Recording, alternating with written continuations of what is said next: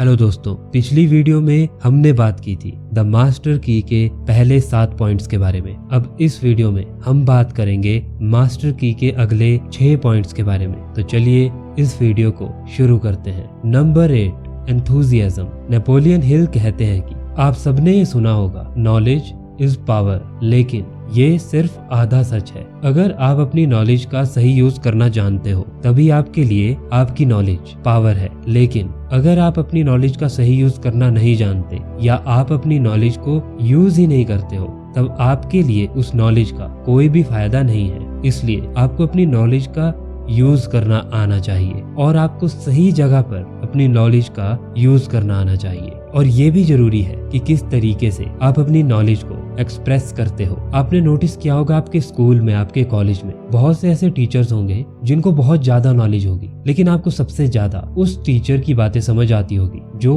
बहुत ही अच्छे से अपनी बातों को एक्सप्रेस करता होगा, बहुत ही खुशी से, बहुत ही अट्रैक्टिव तरीके से अपनी बातों को एक्सप्रेस करते होंगे। इसीलिए एंथुजियाज्म बहुत जरूरी है, क्योंकि आप जिस तरीके से अपने आप को एक्सप्रेस करोगे उसी तरीके से लोग आपकी तरफ अट्रैक्ट होंगे और उसी नजरिए से वो आपको देखेंगे भी। आपका दिमाग और आपके सामने वाले व्यक्ति का दिमाग रेडियो की तरह है, वो फ्रिक्वेंसी को कैच करता है। अब अगर आपके अंदर पॉजिटिव थॉट्स है और अगर आपके अंदर खुशी के थॉट्स है तो सामने वाले का दिमाग उसको पकड़ेगा, क्योंकि आपके दिमाग ने एक खुशी की एक पॉजिटिव वाइब्रेशन तैयार की है। और इसी तरह से आपको एंथुजियाज्म का यूज करना है। याद रखिए, कभी भी वो लॉयर केस नहीं जीतता है जिसको लॉ के बारे में ज्यादा नॉलेज होती है। हमेशा वो लॉयर केस जीतता है जिसको अपने पॉइंट्स को एक्सप्रेस करना बहुत अच्छे से आता है। इसलिए याद रखिए, जिस तरीके से आप अपने आप को एक्सप्रेस करोगे वो लोगों के ऊपर बहुत ज्यादा असर करने वाला है। अगर आप खुशी से एकदम अट्रैक्टिव तरीके से अपने आप को एक्सप्रेस करोगे तो आप बहुत फायदे में रहने वाले हो। और यहाँ पर नेपोलियन हिल ने कुछ पॉइंट्स बताए हैं जिसकी मदद से आप अपने आप को बहुत अच्छे से एक्सप्रेस कर सकते हो, सामने वाले के ऊपर एक अच्छा इंप्रेशन डाल सकते हो। Number 1, voice. हमने पहले भी इसके बारे में बात की थी। आपके बोलने का तरीका, आपकी आवाज जैसी भी होगी वो सामने वाले के ऊपर बहुत ज्यादा असर करेगी। अगर आप दुखी मन से बात करोगे तो सामने वाले को पता चल जाएगा, लेकिन अगर आपकी आवाज में खुशी होगी, पॉजिटिवनेस होगी तो सामने वाले आपसे बात जरूर करेंगे। Number 2, shake hand. आपके हाथ मिलाने का तरीका कैसा है? क्या आप कॉन्फिडेंट होकर हाथ मिलाते हो? आप जिससे भी हाथ मिला रहे हो अच्छे से हाथ मिलाइए, बिल्कुल उनको अटेंशन देते हुए, और उनसे सवाल कीजिए आप कैसे हो। और जब आप उनसे ऐसे सवाल कर रहे हो तब तक उनका हाथ पकड़ के रखिए और थोड़ी देर के बाद हाथ छोड़िए। Number 3, direct to subject of other interest. हमेशा दूसरे के इंटरेस्ट के बारे में बात कीजिए, क्योंकि जितनी ज्यादा आप अपने बारे में बात करोगे आप उतने ज्यादा सेल्फिश लगोगे। इसलिए सामने वाला क्या कह रहा है उसको सुनिए, उसमें इंटरेस्ट दिखाइए। और नंबर 4, आस्क क्वेश्चन। वो जो भी आपको बता रहा है उससे रिलेटेड उससे सवाल पूछिए। इससे उसको लगेगा कि आप उसकी बातों पर ध्यान दे रहे हो और ये सामने वाले पर एक बहुत ही अच्छा इंप्रेशन डालता है। और ये 4 ऐसी चीजें हैं जिनको फॉलो करके आप सामने वाले व्यक्ति के ऊपर एक बहुत अच्छा इंप्रेशन डाल सकते हो। अगर आपको एंथुजियाज्म के साथ काम करना है तो सबसे पहले आपको पॉजिटिव मेंटल एटीट्यूड बनाना होगा, और उसके लिए हमने पिछली वीडियो में कुछ पॉइंट्स के बारे में बात की थी। अगर आपके अंदर पॉजिटिव मेंटल एटीट्यूड है तो आपको कोई मुश्किल नहीं होगी खुशी के साथ अपने आप को एक्सप्रेस करने में। और एक चीज जरूर नोटिस करिए, डॉक्टर्स जिस तरीके से पेशेंट को ट्रीट करते हैं उसका भी पेशेंट के ऊपर बहुत गहरा असर पड़ता है। और ये सब कुछ होता है डॉक्टर के पॉजिटिव मेंटल एटीट्यूड की मदद से। जैसा उनका मेंटल एटीट्यूड होगा उसी तरीके से वो पेशेंट से भी डील कर पाएंगे। इसलिए बहुत जरूरी होता है कि एक डॉक्टर हमेशा पॉजिटिवनेस के साथ पेशेंट से डील करे। और एक चीज यहाँ पर और समझिए,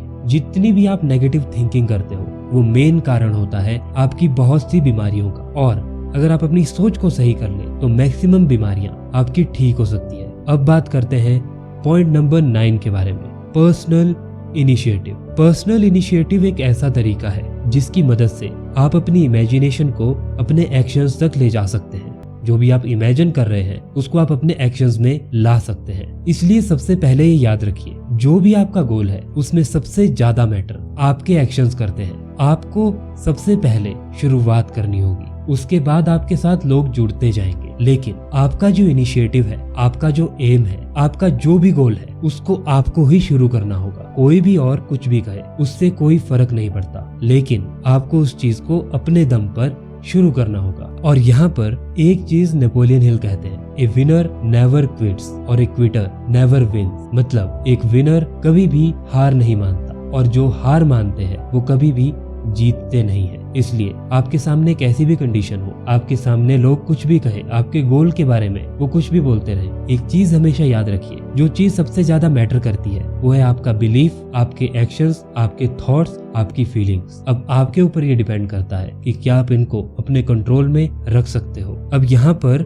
आज के ही टाइम के कुछ पर्सनल इनिशिएटिव के एग्जाम्पल लेते हैं। Number 1, Elon Musk. सब लोग ये कह रहे थे कि रियूजेबल रॉकेट्स नहीं बन सकते, लेकिन इलॉन मस्क ने उसको करके दिखाया। उनके सामने भी बहुत सी प्रॉब्लम्स आई, उनके सामने भी लोगों ने बहुत कुछ कहा, लेकिन उन्होंने उस चीज को किया क्योंकि उन्होंने उस चीज को अपना पर्सनल इनिशिएटिव बना लिया था। Number 2, Jeff Bezos. Jeff Bezos ने अपनी इमेजिनेशन में, अपने थॉट्स में ये सोच लिया था बहुत ही जल्दी इंटरनेट का बूम आने वाला है। उस समय उन्होंने अमेज़न कंपनी शुरू कर दी। इन 2 एग्जाम्पल से आपको ये समझना है कि आपके फ्रेंड्स कुछ भी कहे, आपके आसपास के लोग कुछ भी कहे, लेकिन जो पहला एक्शन है वो आपको ही लेना होगा क्योंकि वो गोल आपका है। हाँ, उसके बाद आपको अपने बिजनेस के लिए इन्वेस्टर्स भी मिलेंगे, आपके साथ और ज्यादा लोग भी जुड़ेंगे, लेकिन पहला कदम आपका ही होगा। और यहाँ पर कुछ ऐसी बातें हैं जिन चीजों का आपको हमेशा ध्यान रखना है। Number 1, take responsibility of your failures. मतलब अगर आप फेल होते हो, अगर आप सक्सेसफुल बनते हो, अगर आप सक्सेस का क्रेडिट अपने लिए देते हो,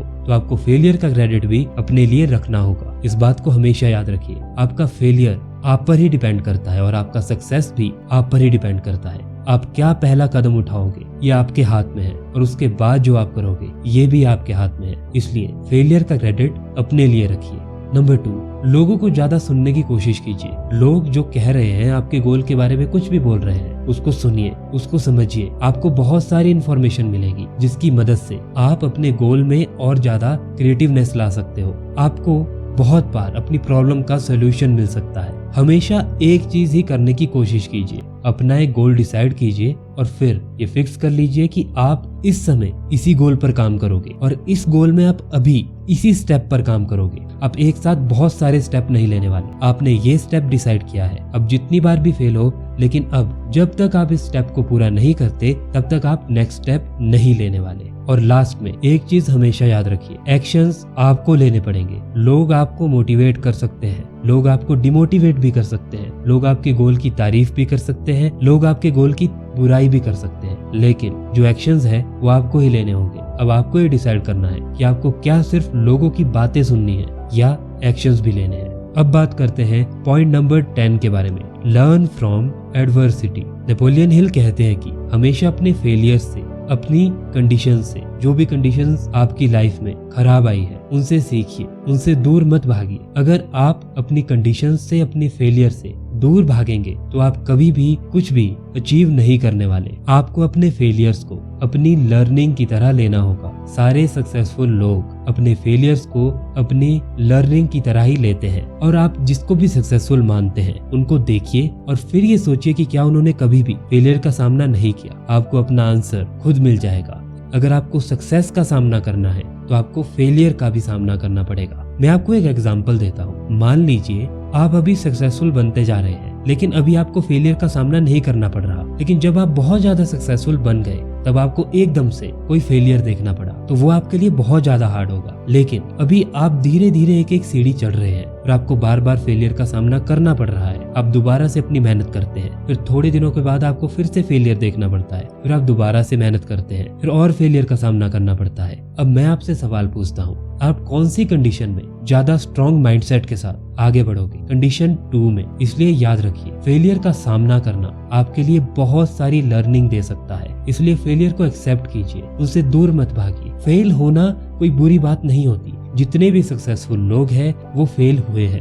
point number 11, creative imagination. Napoleon Hill कहते हैं कि आपकी इमेजिनेशन एक बहुत ही पावरफुल चीज है। अगर आप अपनी इमेजिनेशन का सही तरीके से यूज करें तो आप बहुत ही क्रिएटिव चीजें कर सकते हैं। यहाँ पर नेपोलियन हिल हेनरी फोर्ड का एग्जाम्पल देते हैं। उन्होंने सबसे पहले अपने दिमाग में मोटर व्हीकल की इमेजिनेशन की और उसके बाद उन्होंने मोटर व्हीकल बनाई। उसी तरह से कंप्यूटर्स, वायरलेस मोबाइल्स, ये सारी चीजें किसी की इमेजिनेशन में पहले आए थे और उसी के बाद ये सारी चीजें हकीकत में भी आ पाए। वायरलेस कम्युनिकेशन जैसी चीजें पहले लोग सोच भी नहीं सकते थे, इसीलिए इमेजिनेशन एक बहुत पावरफुल चीज है। अब यहाँ पर नेपोलियन हिल कहते हैं कि आपकी इमेजिनेशन आपके कंटिन्यूस एक्शन से और कंटिन्यूस डिसीजन से पावरफुल बनती है। मतलब आपका सबकॉन्शियस माइंड आपकी इमेजिनेशन में तभी आपकी मदद करेगा जब आप एक्शंस लेते रहोगे, जब आप नए नए डिसीजंस लेते रहोगे, जब आप नई नई इंफॉर्मेशन कंज्यूम करते रहोगे। अगर आप सिर्फ कुछ इमेजिन करने की कोशिश कर रहे हो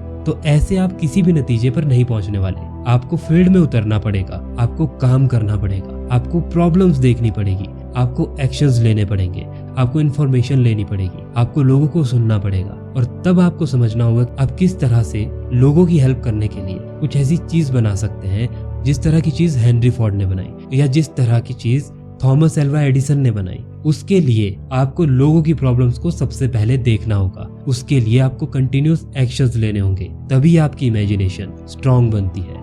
number 12, accurate thinking. Napoleon Hill कहते हैं कि जब भी आप किसी भी फील्ड में काम करते हैं, अपने किसी भी गोल के लिए काम करते हैं, तो आपके पास उस फील्ड से रिलेटेड बहुत सारी इंफॉर्मेशन होती है, बहुत सारे फैक्ट्स होते हैं, बहुत सारे ओपिनियंस होते हैं। अब जो फैक्ट्स है वो आपके लिए जरूरी है, लेकिन इसका मतलब ये नहीं है कि आप लोगों के ओपिनियन को इग्नोर कर दें। आपको सुनना है कि लोग क्या कह रहे हैं, लोग अच्छा कह रहे हैं, बुरा कह रहे हैं, लोग एडवाइस दे रहे हैं या कुछ भी कह रहे हैं, आपको उनको सुनना है। जो लोग आपको ये कह रहे हैं कि ये चीज नहीं हो सकती और हमने भी ये चीज करने की कोशिश की थी तो तुम भी ये नहीं कर पाओगे, वो ऐसा इसलिए कह रहे हैं क्योंकि उनको इस फील्ड में फेलियर का सामना करना पड़ा। तो आपको उनसे ये सुनना है कि उनको फेलियर का सामना क्यों करना पड़ा, उनके फेलियर का कारण क्या था, वो किस चीज को सॉल्व नहीं कर पाए। और दूसरी चीज, कुछ लोग ऐसे होंगे जो सच में आपको बहुत से सॉल्यूशन बताएंगे। आपको लोगों से ये पूछना है कि आपको ये कैसे पता है, जो भी वो आपको बता रहे हैं किसी भी फील्ड के बारे में, तो आपको उनसे ये सवाल पूछना है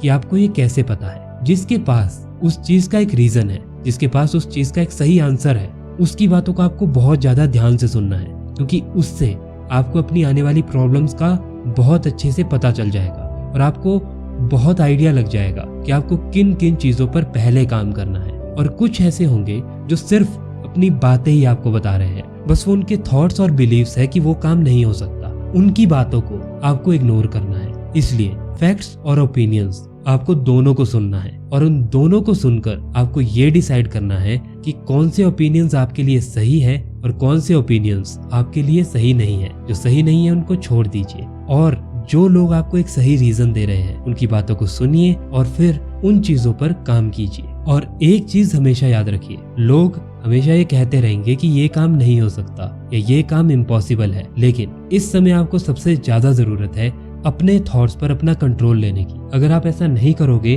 तो लोगों के थॉट्स आपको कंट्रोल करने वाले हैं। अगर आप अवेयर नहीं रहोगे तो कहीं ना कहीं आपके मन में भी ये डाउट आने लगेगा कि क्या वो सही कह रहे हैं, और तब आपको अपने आप से सवाल करना है कि क्या उनकी इंफॉर्मेशन, क्या उनके थॉट्स आपके लिए ज्यादा मैटर करते हैं या आपके थॉट्स जो आप सोच रहे हो वो आपके लिए ज्यादा मैटर करता है। अब ये चीज आपको डिसाइड करनी है। Point number 13, cosmic habit force. Napoleon Hill कहते हैं कि ये एक ऐसी फोर्स है, ये एक ऐसा लॉ है जो हम सबके लिए काम कर रहा है। अब आप इसके बारे में अवेयर हो या नहीं हो, लेकिन ये लॉ पूरे यूनिवर्स में काम कर रहा है। ये लॉ हर इंसेक्ट के लिए, हर पेड़ के लिए, हर लिविंग थिंग के लिए काम कर रहा है। लेकिन जिसने हमें बनाया है उसने हमें ये पावर दी है कि हम इस लॉ को अपने कंट्रोल में कर सकते हैं, हम इस फोर्स को, इस शक्ति को अपने कंट्रोल में ले सकते हैं। लेकिन एक बात हमेशा याद रखिए, कॉस्मिक हैबिट फोर्स का पॉजिटिव असर भी है और नेगेटिव असर भी है। ऐसा इसलिए है क्योंकि ये हमेशा काम कर रही है। अगर आप अवेयर है तब भी काम कर रही है और अगर आप अवेयर नहीं है तब भी काम कर रही है। ये एनर्जी हमेशा काम कर रही है। आपने नोटिस किया होगा, अगर आप अवेयर नहीं रहते हो तो आपके दिमाग में ज्यादा नेगेटिव चीजें रहती है, आपके दिमाग में ज्यादा उन चीजों का डर आता है जिनसे आप दूर भागते हो, जिनको आप कभी भी फेस नहीं करना चाहते। और एक बात हमेशा याद रखिए,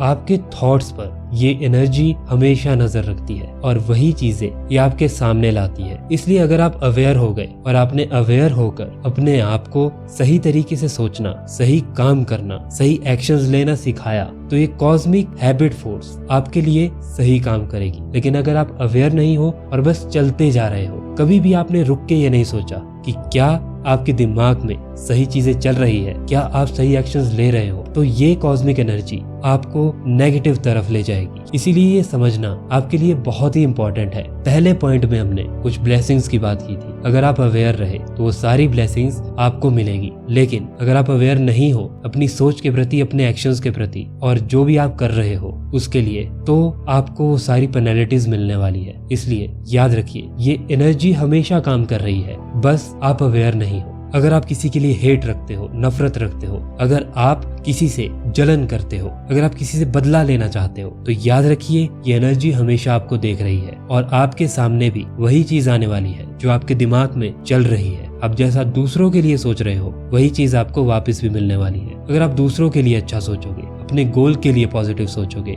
दूसरों के गोल के लिए पॉजिटिव सोचोगे, दूसरों के लिए हमेशा पॉजिटिव ब्लेसिंग्स दोगे, तब आपको भी वही चीजें वापस मिलने वाली है। क्योंकि याद रखिए ये एनर्जी हमेशा काम करती है, फिर चाहे आप पॉजिटिव सोचो या आप नेगेटिव सोचो। इसलिए बिल्कुल अवेयर रहिए कि आप क्या सोच रहे हो। तो ये थे द मास्टर की के 13 पॉइंट्स जो नेपोलियन हिल ने अपने 2 घंटे के लेक्चर में बताए थे। अब आपको इनको फॉलो करना है और आपको इनकी मदद से अपनी लाइफ को चेंज करना है। याद रखिए, सिर्फ सुन के कुछ नहीं होगा, आपको एक्शंस लेने होंगे, आपको पॉजिटिव सोचना भी होगा और एक्शंस भी लेने होंगे। और एक बात जो नेपोलियन हिल ने अप्लाइड फेथ में कही थी, ये सही है कि आपका विश्वास बहुत ताकतवर है, लेकिन इसका मतलब ये नहीं है कि जिन चीजों पर आप विश्वास करोगे वो आपके पास आ जाएगी। जिन चीजों पर आप विश्वास करोगे उसको पाने के लिए आपको गाइडेंस मिलेगी, और वो गाइडेंस मिलेगी कॉस्मिक हैबिट फोर्स की मदद से। और अब इस वीडियो को यहीं पर खत्म करते हैं। वीडियो अच्छी लगी हो तो वीडियो को लाइक कर दीजिए, चैनल को सब्सक्राइब कर दीजिए और वीडियो को शेयर करना बिल्कुल मत भूलना।